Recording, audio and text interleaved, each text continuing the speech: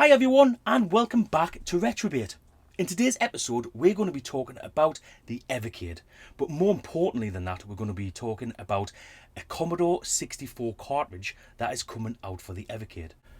So Evercade posted yesterday a new video which was showing a lot of Commodore 64 games that were coming out on the Evercade. Now, could this be a chance for Evercade to redeem themselves? Because for me personally, the Bitmap Brothers cartridge and the Codemasters were bitterly disappointing.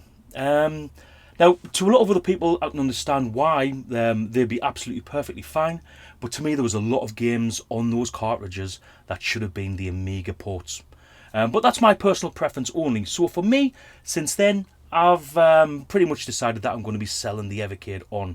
I think I can do a lot better, get a handheld that can play the games that I want, rather than relying on the games that they put on the cartridge. So this is a chance for them to redeem themselves. What games have they put on the Commodore 64? So, along with me today, I've got Nerdy Geezer. He's going to be looking through the games as well, along with me, and we're going to give our thoughts on these games that are included on the cartridge. Anyone who knows me knows I'm a C64 fan, and up until recently, I'm an Evercade fan. And I say up until recently because just recently their cartridges have been a bit of a mixed bag. Now, they did the renovation cartridge, which admittedly I haven't picked up yet, but I've seen plenty of reviews on it. And it does look like a pretty good collection. Some good shooters on there by the looks of it. However, for every renovation cart there is, there's also a Bitmap Brothers collection. Yeah. 3 versions of Speedball. Bit unnecessary, I think. So, we'll start at the beginning. We're going to go all the way through, work our way to the end, and then decide, is this any good and is it worth buying? So, without further ado, let's move on to the first game.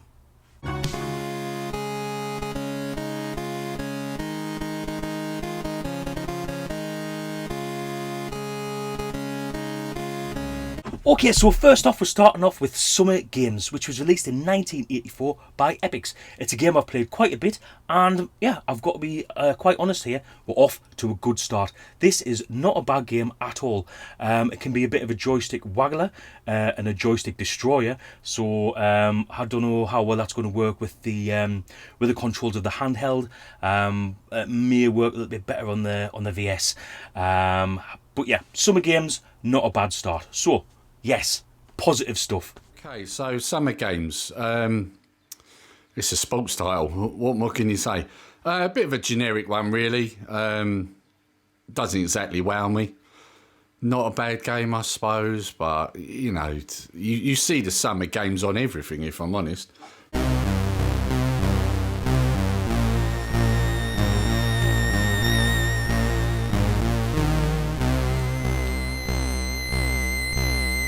Then we move on to the second game, which is Marauder. Now, that is a 1988 game by Hewson.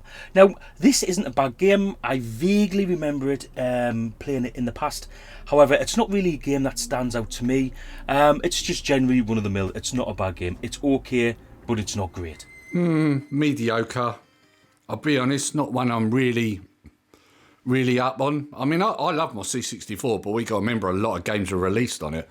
And I don't ever remember anybody saying to me, oh, you've got to play Marauder.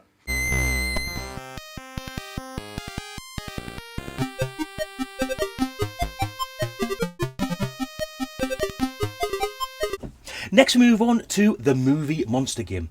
Now, this is a 1986 game by Epix. And that's all I know. I've never heard of this game. I've never played it before. I have had a look at some videos just to see exactly what it's about. It kind of looks interesting.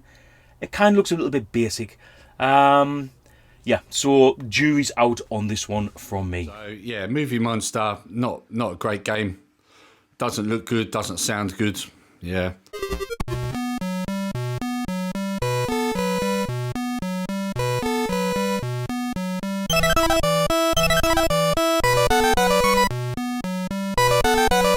Then we move on to Bruce Lee. Bruce Lee was released in 1984, and I think it was by Datasoft. Now, I did cover this game on a video earlier on in the year because, you know what, this is a very, very good game. Now, I can see why people would look at the graphics and think, wow, this is absolutely horrendous. I mean, they might even get it confused with like an arcade fighting game. You know, it's very easy to get the two mixed up. Just kidding. But no, this is an absolute class game, and if you know anything about Commodore 64, then you know that this is an absolute classic. Doesn't look the best, but yeah, take it from me, the playability is absolutely superb. This is a very good game. I do enjoy this. A lot of people will argue that there are better versions of it, like the Spectrum port. Personally, I like the C64 version, but that's what I grew up with. So yeah, good game.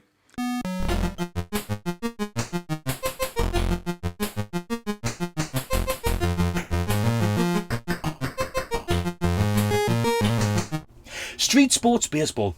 Yeah, it's a bit of a mouthful. Released by Epix in 1987. Now, unfortunately, I am not a huge baseball fan whatsoever, so this game's never going to do quite well with me.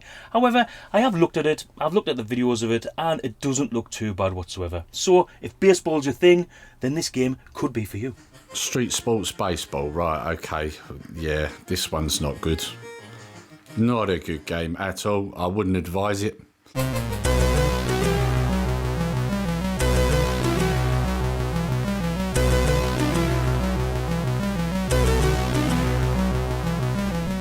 Next up is Battle Valley. Now, Battle Valley was released by Racket in 1988, and it does have something of a little bit extra. One thing that I find amazing about this, of course, Gerontel, he does the music for it. Now, I did used to play this back in the day, and I did enjoy this game, and I must admit, I do like this game. So for me, that is the second game on this cartridge that is definitely worth playing. Right, Battle Valley. Yeah, generic tank game. You see tank games all the time. There's loads of them on the C64. There's loads of them on everything, to be honest. So, yeah.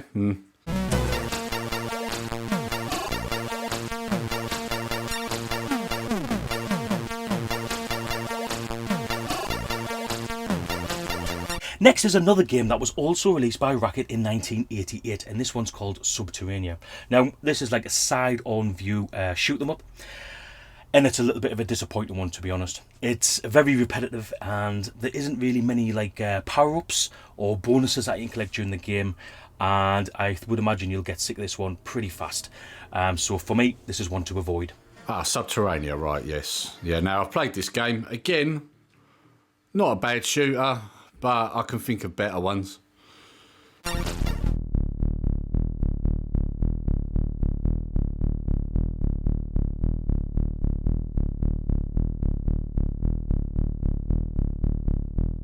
Then we move on to Gateway to Apshai, which is an Epix game that was released in 1983. Now, this is an action RPG game. It's very basic. It was from very, very early in the life of the Commodore 64, 1983. So it had only been out, maybe a year. A lot of people seem to forget that the Commodore 64 is such an old machine, So it's quite hard to compare it to consoles of like maybe say the late 80s, early 90s. It's, maybe not fair to do that. However, this game is basic. It is enjoyable, but it's if you like that type of game, then you're going to enjoy that game. But I would say the vast majority might not enjoy it as much as the diehards. So jury's out on this one for me. It's not a game I'm going to play personally, but you never know, it might be the game for you. And it's a stick man fighting a snake in that clip there, so, not a good example of what the C64 is capable of, but there you go.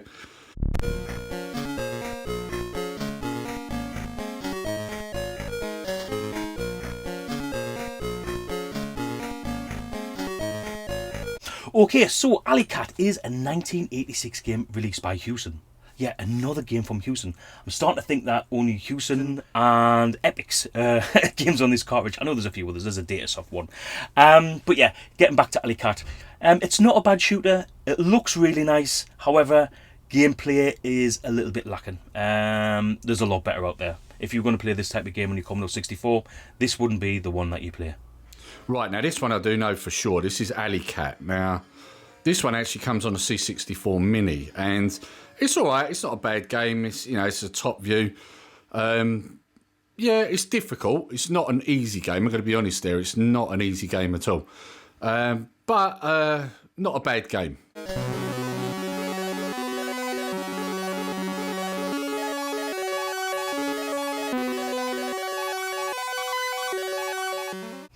Iridis Alpha is another game released by Hewson in 1986. Guys, this is a Jeff Minter game, which always means that you're in for a little bit of quality. And I've got to admit, in this game, you are definitely going to get a little bit of quality. It is such a cool game. However, you've got to work out how to play it first. So good luck with that. If you thought Whizball was bad, get another one of this. Iridis Alpha, right, never heard of this. Don't remember that game at all. And it doesn't look that great either. This isn't looking good so far, is it, guys? Another visitor. Stay a while. Stay forever. We move on to one of the greatest games ever. It's Impossible Mission on the Commodore 64. It was released in 1984 by Epix. And wow, this was an epic game. This was the game that made me want to buy a Commodore 64 back when I was like 5-6 years old. When I heard the digitized speech for the first time, I was absolutely blown away. And the game itself is fantastic. It really is. So far, out of the games that we've looked at, there's two standout games. Impossible Mission and Bruce Lee. Impossible Mission, yeah, is definitely a fantastic game, and it's really good to see a game of that quality on this cartridge, finally. Right, this one I do know, definitely. Everybody knows this. Mission Impossible. And I happen to know this is one of RetroB8's favourites. And, oh man, I don't believe that they showed literally seconds of that on the trailer. You should have shown more of that, considering it's probably your best game on this cartridge so far.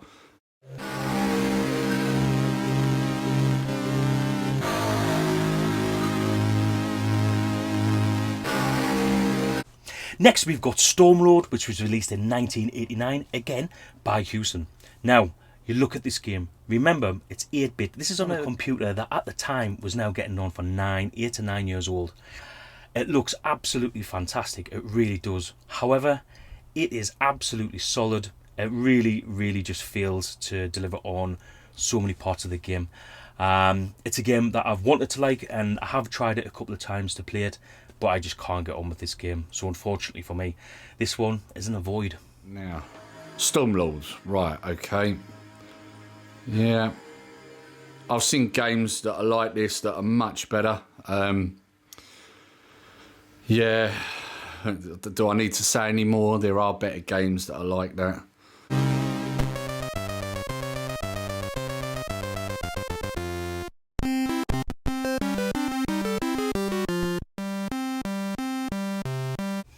Next, we're going to go back to 1983, and again, we're looking at an Epix game here called Jumpman. Now, don't get me wrong, Jumpman was such a fantastic game for its time. It really was. It's fun, it's quite an addictive game. The graphics are amazingly basic, which will some people get on with it? Yes, and some people won't, because they won't see past the graphics, unfortunately. But that's just the way some people are. Fun game. Definitely give it a try. It's one that you might enjoy, even though when you first boot it up and you see like the graphics, etc., you might think, I ain't gonna like this. Give it a try. You just might. Jumpman, right, of course. Yeah, Jumpman's not a bad game. I think there's probably better versions of it on other systems. So probably not a good example, once again, of what the Commodore 64 is capable of.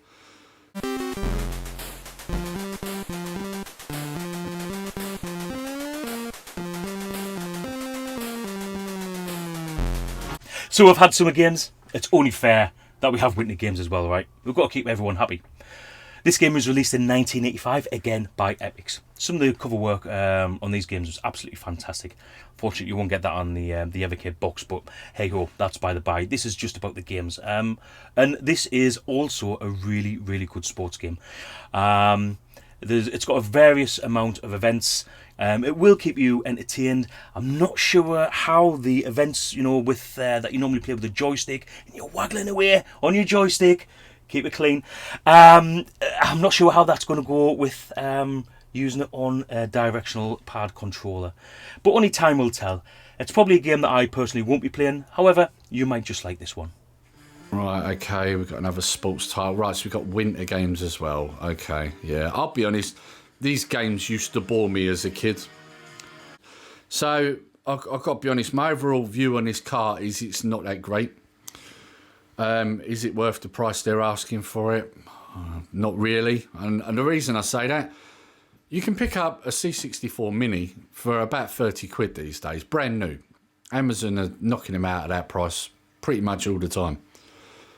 And you could download these games for free. So if you think about it, pay 30 quid for the Mini, download as many ROMs as you want for free, and you're done. It's all there. In my opinion, we don't need this cartridge. And they could have picked much better games. Anyway, that's my opinion. And I'll pass it over to Paul. And so, guys, that is it. That is the games that we've been told about that are coming out on the Commodore 64 collection, cartridge 1. And overall, it's a bit of a mix. There are very good games on there. There's a couple that I absolutely love myself. There's a few that I've never even heard of, never mind played. There's some very old classics. You know, you're going right back to the basics here. Personally, I was hoping for games that kind of push the Commodore 64 a little bit more. You know, you've got to be thinking Stunt Car Racer, Turrican. You know, those are the games that that push the 64 and surely would be able to be handled on the Evercade. However, not this time. But maybe next time, maybe. But you know what? I ain't going to be finding out because, unfortunately, it's just too little too late for me and the Evercade. And my Evercade's going to be going up for sale. So, yeah, I'm going to settle for something else a little bit different where I can actually put the Commodore 64 games, the Amiga games that I want on the system and to be able to play the games that are nostalgic to me and the games that I think push the system to the absolute limit. Anyway, I hope you've enjoyed this quick look at the Commodore 64 cartridge for the Evercade. I just want to say thank you for Lee.